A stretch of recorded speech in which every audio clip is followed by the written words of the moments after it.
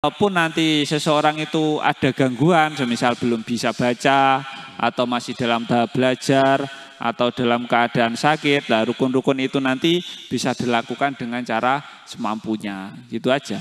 Sebenarnya sholat itu kan nggak menyulitkan, mudah saja. Ya, yang menjadi kita nanti sholatnya batal, itu adalah kadang ketika kita sudah mampu melakukannya, tetapi kita tidak lakukan dengan sesuai prosedur. Nah, itu nanti bisa merusak kualitas sholat kita, bahkan bisa menyebabkan batal. Gitu ya. Ini adalah rumusan umum atau yang diperuntukkan bagi orang-orang yang sehat dan bisa melakukan ibadah sebagaimana biasanya. Enggak boleh digonta-ganti.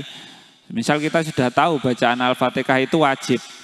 Sudah tahu Al-Fatihah itu harus dibaca mulai bismillah sampai waladolin. Sengaja diganti dengan wirid ataupun bacaan yang lain, nanti bisa membuat ibadah kita malah nggak sah. Saya lanjutkan, bismillahirrahmanirrahim. Utawi lafadz bismillahirrahmanirrahim iku ayatun ayat siji minha saking Al-Fatihah kamilatan halih kang sempurna. Dan bacaan bismillahirrahmanirrahim kalau di Fathul Qorib itu termasuk ayat dari Al-Fatihah. Jadi harus dibaca bismillah. Karena ada memang pendapat bahwa bismillah itu tidak merupakan ayat dari Al-Fatihah. Tapi memang mayoritas ulama kebanyakan itu beliau itu berpendapat bahwa bismillahirrahmanirrahim itu merupakan satu ayat dari ayat Al-Fatihah. Gitu. Jadi harus dibaca.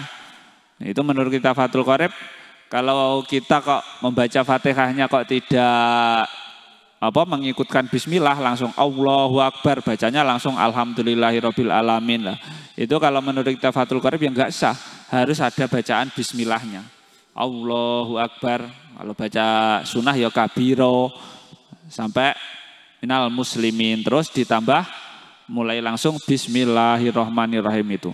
Jadi harus membaca bismillah. Karena di kitab Fathul Qorib bismillahirrahmanirrahim itu termasuk ayat dari Al-Fatihah yang sempurna.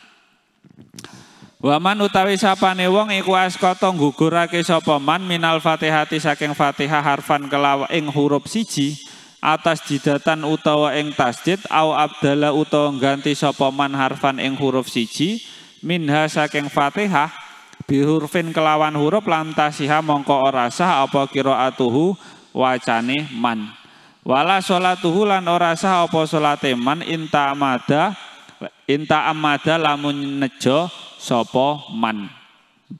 Itu. Jadi barang siapa yang menggugurkan atau tidak membaca salah satu huruf dari Al-Fatihah atau memang dia itu sengaja tidak mentasdid, kayak tasdid apa ya, iyyaka na'budu itu, atau Ar-Rahman, tasdidnya itu tidak mau dibaca, ataupun dia mengganti huruf salah satu huruf Al-Fatihah dengan huruf yang lain, maka lam tasiha qiraatuhu, maka bacaan Fatihah orang tersebut nanti menjadi tidak sah. Kalau bacaannya tidak sah, wala sholatahu, dan juga sholatnya itu juga nanti berakibat tidak sah. Inta amada, ketika orang tersebut melakukannya dengan sengaja, gitu ya. Di catatannya ketika dibaca dengan sengaja mengurangi huruf, menambah huruf, ataupun mengurangi tasdidnya nggak mau dibaca gitu. Iyaka langsung iyaka, tidak ditekan tasdidnya iyyaka na'budu wa iya gitu. Nah itu memang harus ditekan. Ketika kita membaca Al-Fatihah agar maknanya itu sesuai kan. Iyaka hanya kepadamu, na'budu saya menyembah kan. Kami menyembah hanya kepadamu ya Allah kami menyembah kan gitu. Kalau nggak ditasdid nanti ya maknanya bisa saja ganti kan. Apa itu namanya kalau nggak ada tasdidnya? Hanya kepada matahari bahasanya. Nah, itu kan malah fatal. Sudah tahu bacaan Al-Fatihah, semisal iya karena budu, itu artinya hanya kepadamu, kok nanti tasdidnya itu enggak sengaja ditekankan, nah itu nanti malah bisa berubah maknanya. Dan itu kalau orang tersebut tahu dan sengaja melakukan, sholatnya menjadi tidak sah. Nah, tapi kalau enggak sengaja atau memang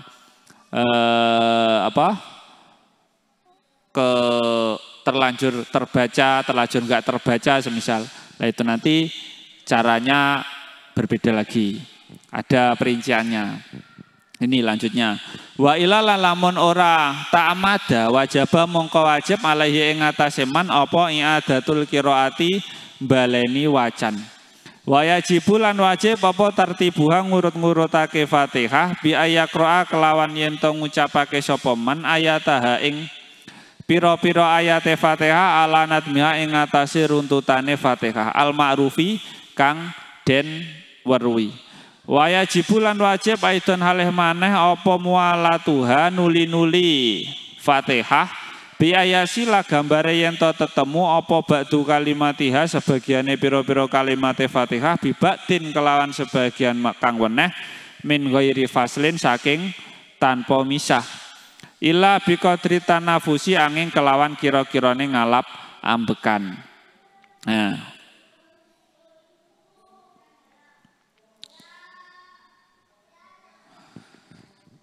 Selanjutnya ketika apabila seseorang itu membaca tadi ya, masih sambungan dari yang tadi, ketika seseorang itu tidak sengaja, semisal kita sudah terlanjur membaca Al-Fatihah, iya karena butuh, itu kok nggak sengaja, iyanya kurang ditekan semisal, itu nanti sholat bacaannya tidak batal, tetapi harus diulangi di ayat yang dia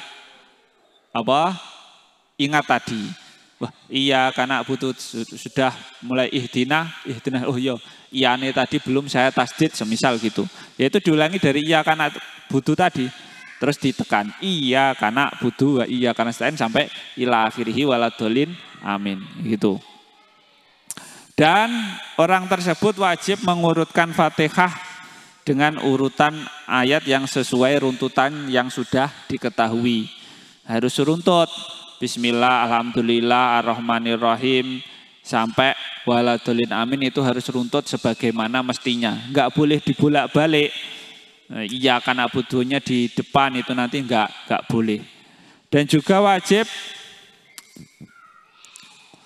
terus menerus, maksudnya enggak boleh berhenti di sebagian kalimatnya Fatihah tanpa adanya pemisah.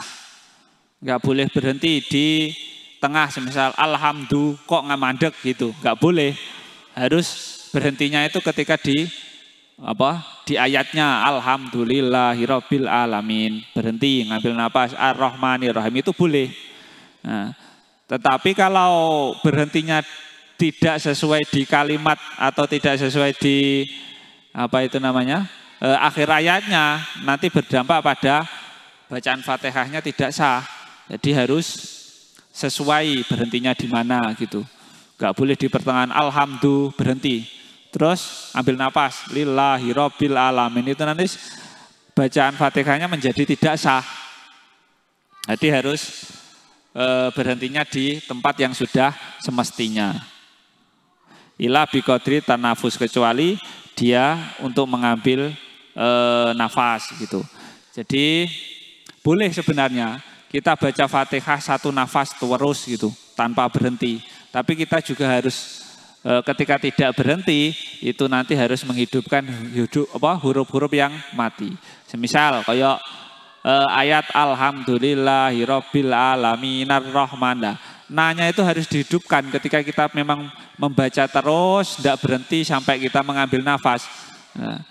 Alhamdulillahirabbil alamin ar-rahmanir rahim, harus dihidupkan di akhir ayat ketika kita memang sengaja untuk membaca terus. Nah, ketika berhenti, kita nanti memulai di ayat mana yang sesuai harus dimulai, gitu. Jadi saya ulangi ya.